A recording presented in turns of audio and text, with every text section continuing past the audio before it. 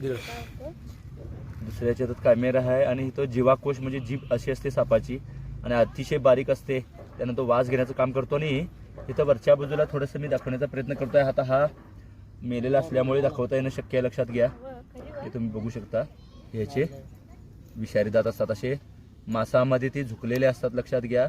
आणि ते बोटासारखे हालचाल पण करता येतात. आणि हे दाखवतं, हे उंचवटा दिसतोय, हे विषारी दात आहेत. हे मेलेले असल्यामुळे मला शक्य झालं, नाही तर त्याच्यावर चेष्टा करण्याचा प्रकार होता, लक्षात घ्या.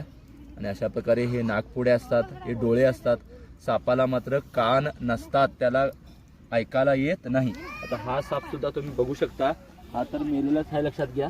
आता मी ह्याचा पण प्रयत्न करतो दाखवण्याचा. समान साप दिसत आहेत तुम्हाला आणि वरच्या बाजूला हे ह्याचे पण असे दात दिसत आहेत, लक्षात घ्या. हे बघू शकता कशा प्रकारे हा दात मी चिमट्याला जे दाखवतोय, हा जो तुम्ही हालचाल करून दाखवतोय, तुम्ही प्रयत्न करा.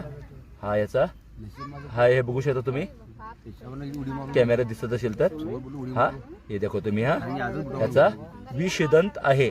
त्या विषारी दातापासून 2 नलिका त्याच्या विषाच्या पिशवीपर्यंत जोडलेल्या असतात.